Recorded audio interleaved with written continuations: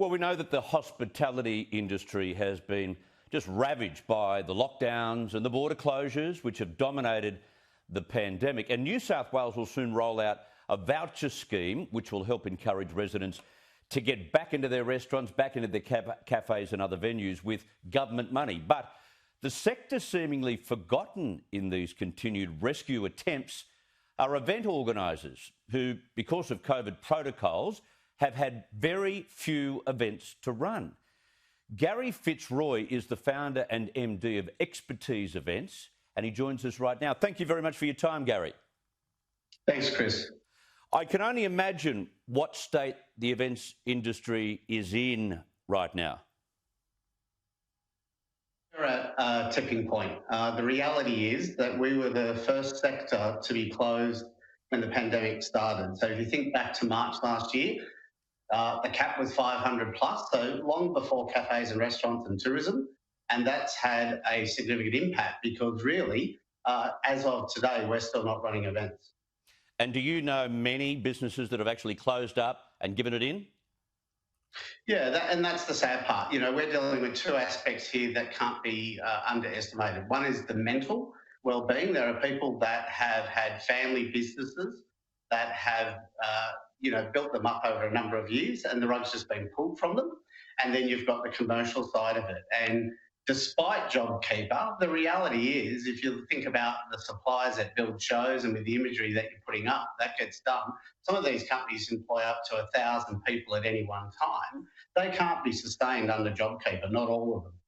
Yeah, because you've got this domino effect in your industry, don't you? Where you've got sound people, you've got actors, performers, you've got cleaners, you've got wait staff, you've got hospitality, food and catering. It just rolls on straight through a number of sectors.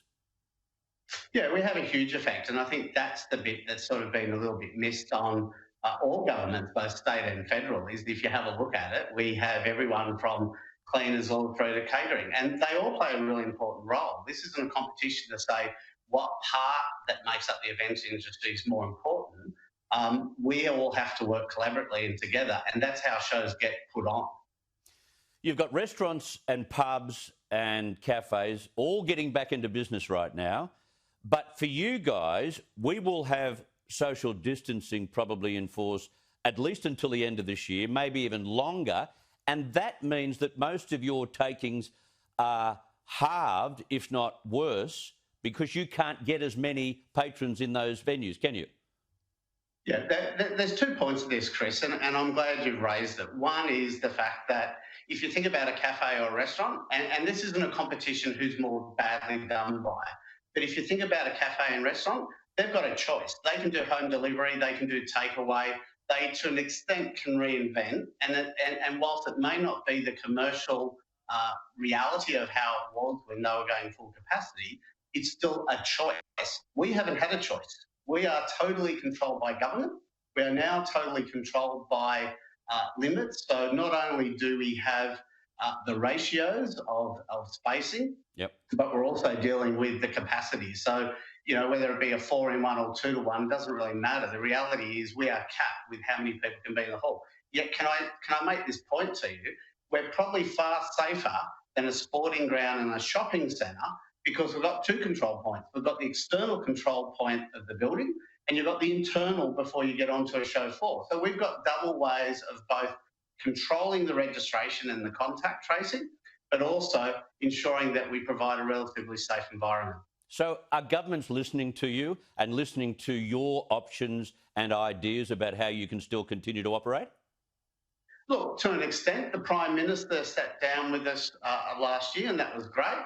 But as we've all discovered, the power, Chris, is really in the states. And at the moment, I hate to get into state politics, but you know, the only Premier at the moment that's actually dealing with any common sense and commercial reality is the New South Wales Premier.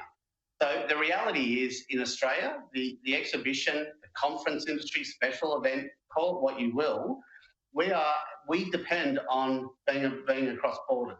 We're a national industry. We can't generate enough content from one state. We need all states.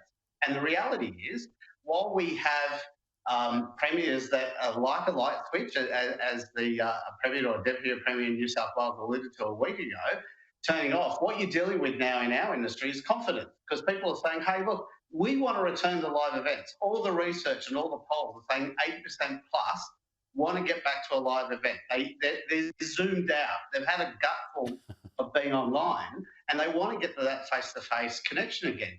But the confidence factor is, look, if I fly to an event, am I going to get tracked? Am I going to be able to get back to my home without incurring another 14 days of hotel? Okay, so quickly, what's your message to those who run state governments? You know, bear in mind they're considering right now rolling out this voucher system. What can be done for the events industry? Oh, look, I think there's four key things that we're saying. For a start, there needs to be a real decision on borders where it allows us to get back to business. You know, we're one country. I think the Lamb ad really sent the message through how ridiculous the situation is. So for a start, the borders need to be open.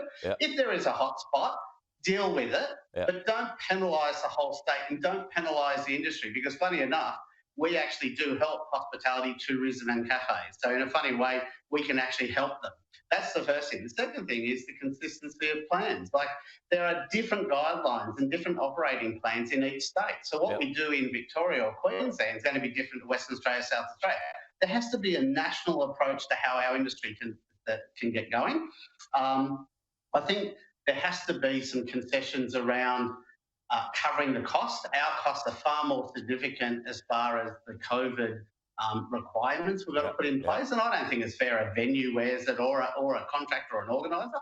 I think that's a state cost that they've got to do. I'm just running out of time. Point four is JobKeeper. I'd call on Morrison to say, hey, our segment needs an extension until at least the end of June, or at least until you can give us a guarantee that we can get back to some capacity. Yeah, let's keep in touch and try and ram those points home when we get access to these individual leaders. Gary, thank you very much for your time. Chris, I really appreciate you taking the time and the interest. No problem. Good to talk with you.